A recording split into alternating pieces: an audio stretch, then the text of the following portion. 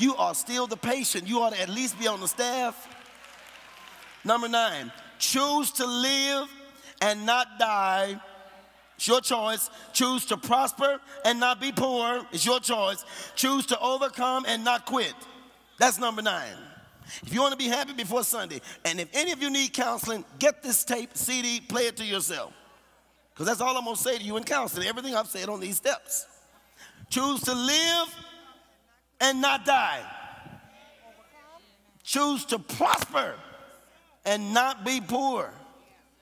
Choose to overcome and not quit. Now I'll give you time to write these down.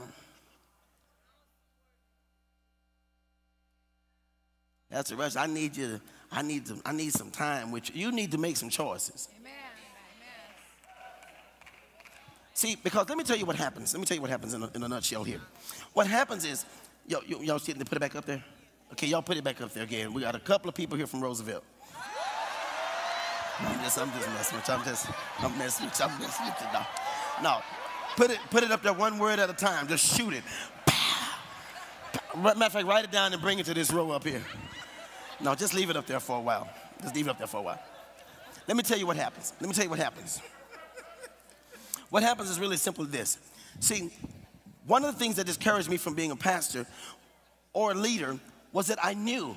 Oh, let me let y'all, because I want you to hear this. Could y'all finish writing? When you finish writing that, if you're writing that, raise your hand. Okay. If not, write it for the person next to you. Just let them copy, because I'm trying to get us out of here. But here's what happened. When I knew that God had chosen me to be a leader, I didn't want to, because I knew. See, you already know you have faults and flaws. You know that. So here's where people get upset, because God has never chosen a leader who didn't have flaws. So when the leader who has flaws people get discouraged, because now the leader who has flaws has to go to the same help that he's telling people to go to. However, if he's carrying them to, he being you, whoever you are, that's that leader, and your flaws are there. And we've talked about a few today. Now people stop believing that you're called by God, because your flaws are louder than your testimony. They just show up. But you now have to choose to live and not die. You've got to choose to prosper. See, because everybody around you, they'll make you poor. You got people who are waiting on you to get paid so they can get paid. You got to choose to overcome and not quit. You can go through hell and high water to help people, and the day you need help, they are not available. You got to choose to overcome that. Or you can say, I'll never ask another person to help me. And that's just where Satan wants you to be. I know that just blessed somebody.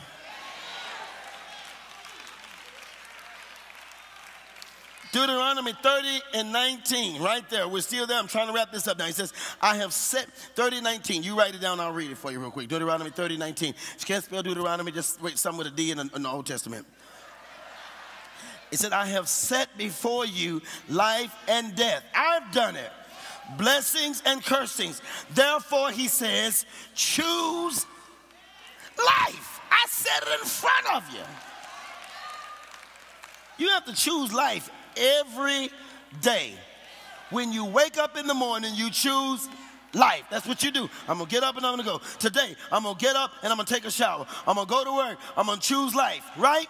I'm going to choose to live. Today, I'm going to smile. I'm going to be nice to my friends. I'm going to choose to live. Today, I'm going to believe God is working on my behalf.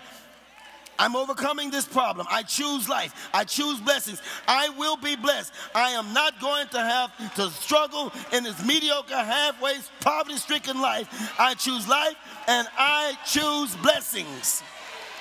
You have to say that now. And you shall have whatsoever you say. You have to choose it. And sometimes you have to say it out loud. Say, I choose life. I choose blessing. I choose prosperity. And you have to choose that every day. Don't do it on Sunday. Do it before Sunday.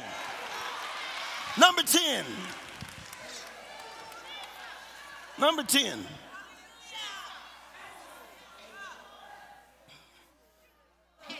Somebody waiting outside in the lobby for you, and you born again, and you sitting out in the lobby with a uniform on saying you hospitality, you choir member, you usher, you TV crew, and you the most honorary person out there. Choose to live. Choose life before Sunday. Yes, leadership does require more of you. And if you're not a leader in church, doesn't mean that you're still not a leader in your home, in your community, on your job. You are still a leader. That's why God is teaching you this today. Not because you're a leader in this church building. Number 10. Number 10. How do we get victory before Sunday? Number 10. Get in and stay in your church. That's how you get victory before Sunday. You get in and stay in your church. Now, I say that because a lot of you sometimes are listening to me on the internet and online. You had a problem with some people in the church. Okay. Whatever church you attend all over America, you had some problem with the people in the church. So now you choose to go the technological way of having church. You're going to go to plan B. I don't want to deal with the people of God. I'll just decide to stay home and watch TV, watch service, because I don't like being around the people because they're kind of funny. And you one of the people with your funny self.